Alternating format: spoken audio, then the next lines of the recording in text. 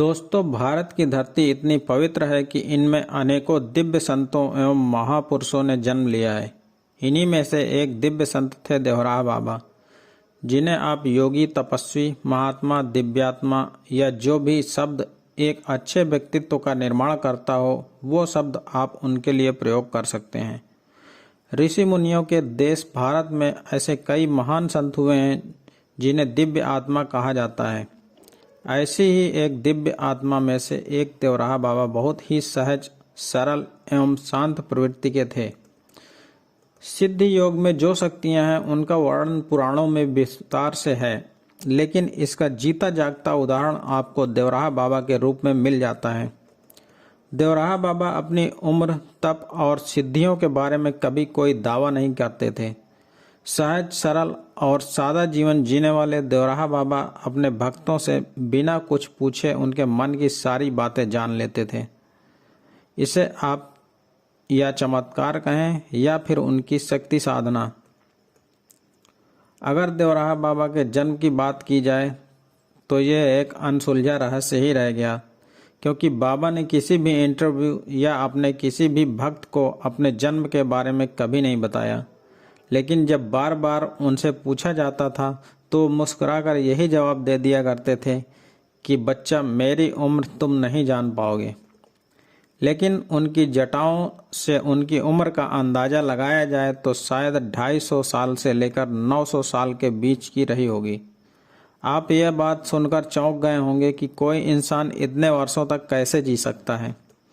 लेकिन यही प्रश्न जब उनके भक्त उनसे पूछते थे तो वे जवाब देते थे कि बेटा, यह सब अष्टांग योग व खेचरी मुद्रा का कमाल है। और इसमें एक हैरान कर देने वाली बड़ी बात है कि वो कभी भोजन नहीं करते थे। वे यमुना का पानी पीते थे और दूध, शहद व श्रीफल के रस का सेवन करते थे। तो आपके मन में एक सवाल उठ रहा होगा कि क्या बाबा को भूख नहीं लगती थी? तो इस प्रश्न का उत्तर कई वैज्ञानिकों के अध्ययन में मिलता है। एक अध्ययन के अनुसार यदि कोई व्यक्ति ब्रह्मांड की ऊर्जा से शरीर के लिए आवश्यक एनर्जी प्राप्त कर ले तो उसे भूख नहीं लगती है। साथ ही अगर कोई व्यक्ति ध्यान क्रिया, योग क्रिया, हठ योग क्रिया और संतुलित जीवन को अपनाए तो अधिक आयु तक जी सकता है। हालांकि अध्ययन के अनुसार तीनों चीज़ों का एक साथ होना आवश्यक है। बाबा कभी धरती पर नहीं लेटे हैं। वो हमेशा एक लकड़ी के मचान में रहते थे जो धरती से 12 फीट की ऊंचाई पर होता था और उसी पर बाबा योग साधना किया करते थे। सुबह स्नान करने के लिए ही बाबा मचान से नीचे आते थे। जब कभी उनसे कोई भक्त मिलने जाता था तो वो वहीं से अपने चरण को उस भक्त के सिर पर छुआ देते थे। जिस भक्त को ऐसा आशीर्वाद मिलता था उसके सौभाग्य का उदय हो जाता था। इन्हीं सब हैरान कर देने वाली बातों में से एक बात और है कि वो कभी कपड़ा नहीं पहनते थे। चाहे जितनी ठंडी हो या चाहे जितनी गर्मी हो, हमेशा बाघ की छाल को लपेटे रहते थे। यह तो सिर्फ भक्तों द्वारा देखी गई घटना है, लेकिन इससे पहले कई सैकड़ों वर्ष उन्होंने हिमालय में तपस्या की है जिसका कोई अनुमान नहीं है। बाबा महर्षि पतंजलि द्वारा प्रतिपादित अष्टांग योग में पारंगत थे। हठ योग की 10 मुद्राओं में पारंगत थे, जिसके कारण वो कहीं भी पल भर में आ जा सकते थे। उनके भक्तों के द्वारा कहा जाता था कि बाबा एक साथ 2 अलग अलग जगहों पर उपस्थित हो सकते हैं। बाबा को कई सिद्धियां भी प्राप्त थीं, जो इस प्रकार हैं, जिसमें एक सिद्धि पानी में बिना सांस के रहने की थी।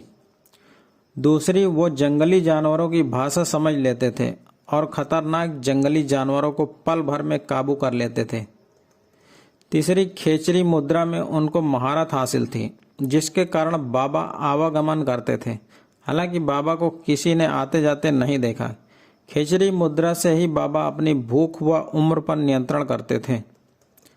बाबा के अनुयायियों के अनुसार बाबा को दिव्य दृष्टि की सिद्धि प्राप्त थी। बाबा बिना कुछ कहे सुने ही अपने भक्तों की समस्याओं और उनके मन में चल रही बातों को जान लिया करते थे। उनकी याददाश्त इतनी अच्छी थी कि दशकों बाद भी किसी व्यक्ति से मिलते थे तो उसके पूरे घर की जानकारी और इतिहास बता दिया करते थे। बाबा हठ योग की 10 मुद्राओं में पारंगत थे। साथ ही ध्यान योग, नाद योग, लय योग, प्राणायाम, त्राटक, ध्यान, धारणा, समाधि आदि पद्धतियों का उन्हें पूरा ज्ञान था, जिससे बड़े बड़े विद्वान उनके योग ज्ञान के सामने नतमस्तक हो जाया करते थे।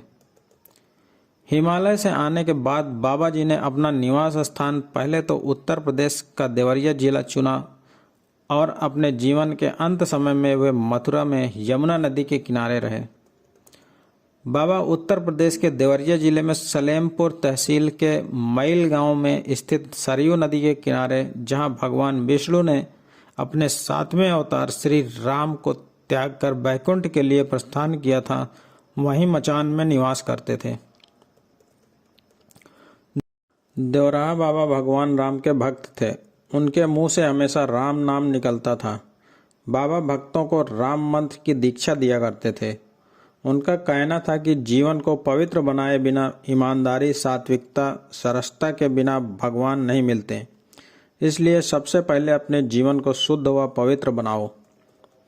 एक बार तीर्थयाग प्रयाग में महाकुंभ के अवसर पर सन 1989 में विश्व हिंदू परिषद के मंच से संदेश दिया कि दिव्य भूमि भारत की समृद्धि गौ रक्षा व गौ सेवा के बिना संभव नहीं होगी। गौ हत्या का कलंक मिटाना अति आवश्यक है। बाबा गौ सेवा व गौ रक्षा के पुरजोर समर्थक थे। ऐसे ही उन्होंने श्री राम मंदिर के लिए भविष्यवाणी की थी, जो अंततोगत्वा सत्य साबित हुई। बात की जाए बाबा के भक्तों की तो देश दुनिया के लाखों ऐसे भक्त हैं जिनका नाम लेना संभव नहीं है, लेकिन कुछ ऐसे भक्त हैं जिनके बारे में आप अच्छी तरह से जानते होंगे। ब्रिटिश शासक जॉर्ज पंचम 1911 में जब भारत आए थे, तब वो बाबा से मिलने देवरिया गए थे। पूर्व राष्ट्रपति डॉक्टर राजेंद्र प्रसाद, महामना मदन मोहन मालवीय, पूर्व प्रधानमंत्री लाल बहादुर शास्त्री, इंदिरा गांधी, राजीव गांधी, अटल बिहारी वाजपेयी और पूर्व गृह मंत्री बूटा सिंह जैसी महान राजनीतिक हस्तियां उनके भक्त थे। लेकिन इन सब में जो बाबा के सबसे निकट भक्त थे, उनका नाम था मार्कंडेय महाराज, जिन्होंने बाबा की लगभग 10 साल सेवा की थी।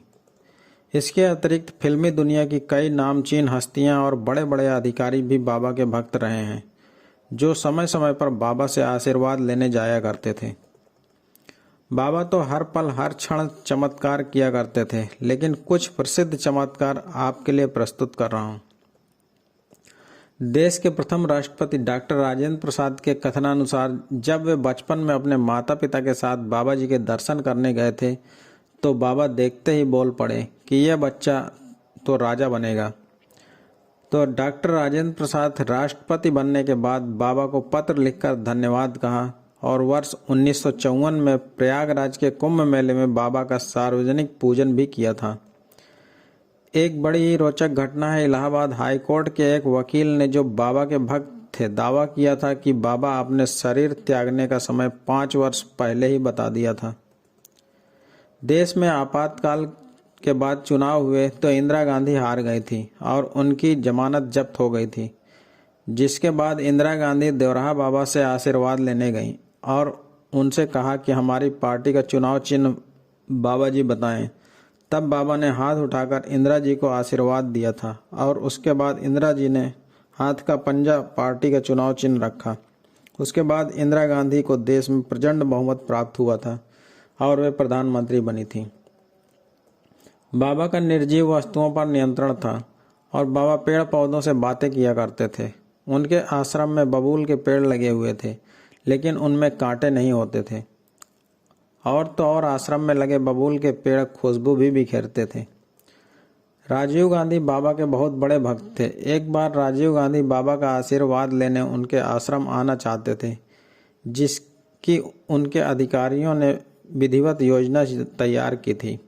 राजीव गांधी के आने से पहले उनके अधिकारी सुरक्षा का जायजा लेने बाबा के आश्रम आए, तो आश्रम के पास एक ऐसा बबूल का पेड़ था जिसे सुरक्षा कारणों से काटना अति आवश्यक था। जब बाबा को इस बारे में पता चला तो उन्होंने अधिकारियों को बुलाकर कहा कि यह मेरा मित्र है और इससे मैं बातें करता हूँ, इस बेचारे का क्या दोष है जो इसे काटा जा रहा है।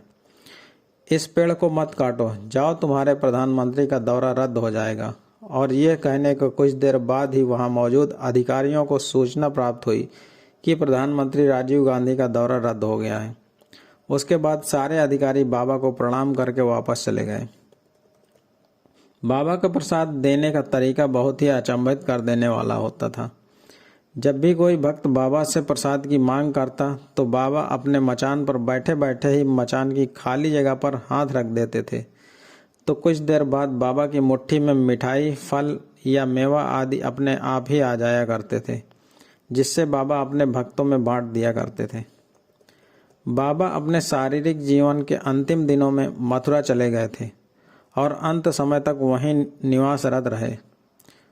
भक्त बताते हैं कि 19 जून सन 1990 मंगलवार के दिन अचानक प्रकृति ने अपना स्वभाव बदलना शुरू कर दिया। पशु पक्षी व्याकुल होकर तरह तरह की आवाज़ें करने लगे थे। आसमान में काले बादल कुछ इस तरह से छा गए थे कि दिन में ही रात हो गई थी और जोरदार बारिश होने लगी थी, क्योंकि अब समय आ गया था कि एक महान योगी और तपस्वी इस मृत्युलोक से विदा लेकर अपने परमात्मा में लीन हो जाए। और उसी समय योगीराज परमहंस देवराहा बाबा ने जल समाधि ले ली थी। बाबा ने भले ही अपने शरीर का त्याग कर दिया हो, परंतु यह ध्यान रहे कि ऐसे महान तपस्वी अमर होते हैं जो कभी अपने भक्तों को छोड़कर नहीं जाते हैं। वे अपने भक्तों पर अपनी दया दृष्टि हमेशा बनाए रखते हैं, क्योंकि उनके जल समाधि लेने के बाद भी कई भक्तों को बाबा की अनुभूति हुई है।